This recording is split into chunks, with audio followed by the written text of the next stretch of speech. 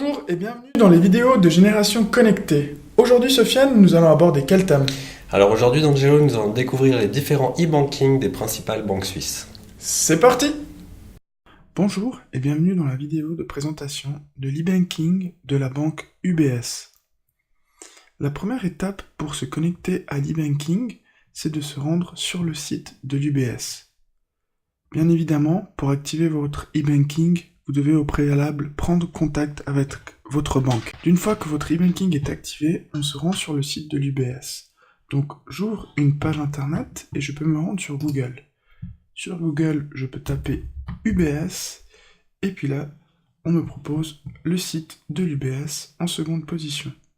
Je clique dessus et j'arrive sur le site de la banque UBS.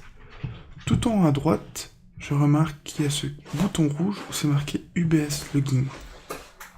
Si je clique dessus, je remarque que pour les particuliers, dans le premier de la liste, j'ai le raccourci pour l'UBS e-banking en Suisse. Si je clique dessus, ça me ramène sur cette fenêtre, la fenêtre du login e-banking, où je vais devoir taper mon numéro de contrat e-banking. Ce numéro, vous le retrouvez dans les documents que vous recevrez lorsque vous activerez votre e-banking. D'une fois que vous avez tapé votre numéro de contrat, vous pourrez vous connecter à votre e-banking grâce à deux méthodes. Via l'Access Card. Alors, l'Access Card, qu'est-ce que c'est? Vous voyez dans cette petite image ici à droite, c'est une espèce de calculette avec une carte qu'on insère à l'intérieur de cette calculette. Elle génère un code, et ce code, on va devoir venir le taper ici, où c'est marqué code de sécurité personnel. Au préalable, sur cette machine, il faudra taper ici ce qui est marqué saisir dans le lecteur de carte Access Card Display. Et ce code, le 371026, on devra le saisir sur ce petit appareil qui nous donnera un code qu'on devra remplir ici.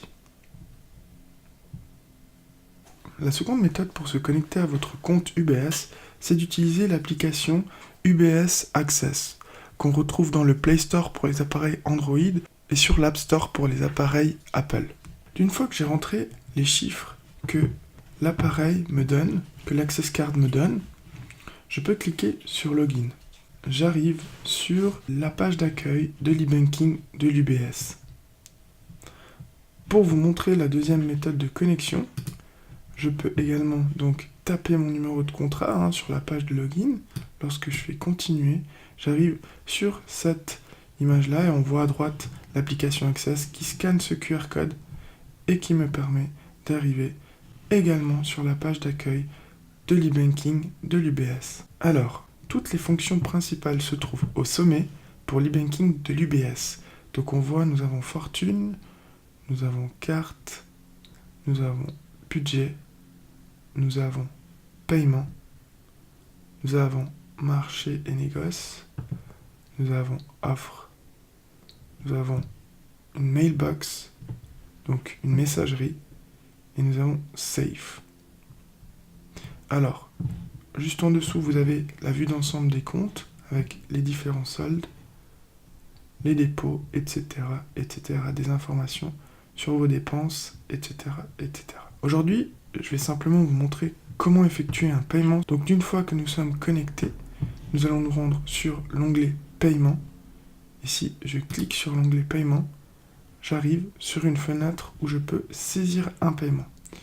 Et juste en dessous, je peux voir que j'ai un champ pour saisir un IBAN, un numéro de compte, un numéro de carte, un nom de bénéficiaire, etc., etc.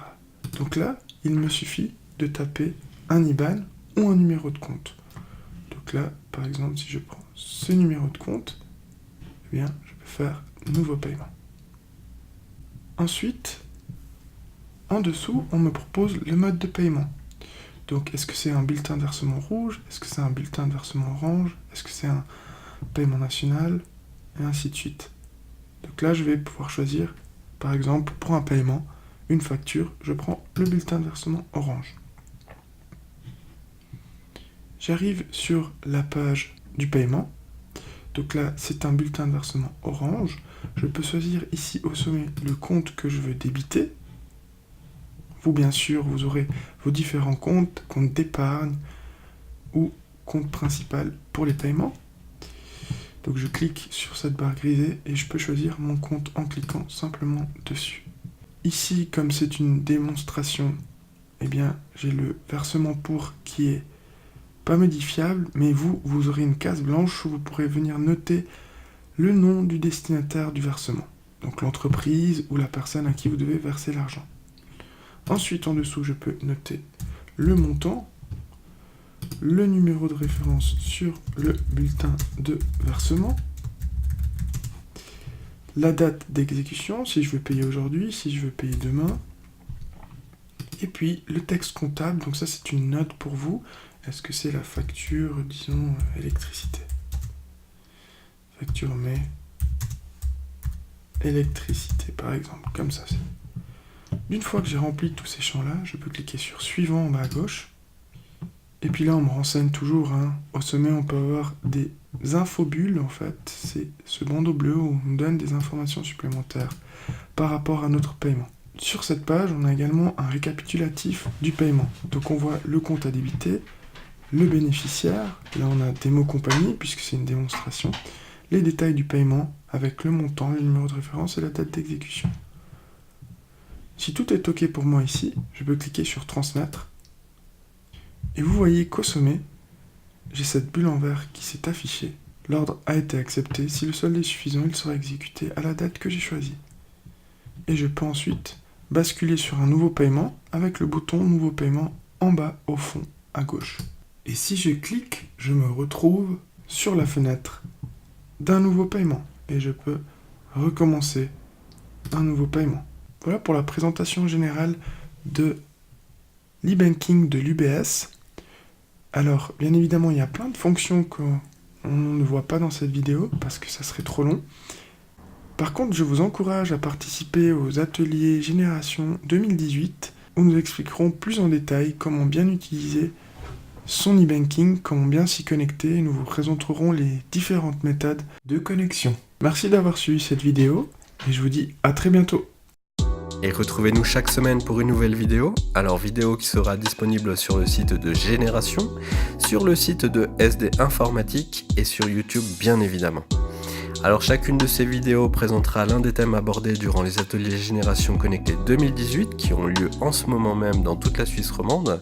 Si vous voulez plus d'informations à ce sujet, n'hésitez pas à vous rendre sur le site de Génération ou alors de les contacter par téléphone ou par email. Et puis en attendant, nous on vous dit à très bientôt.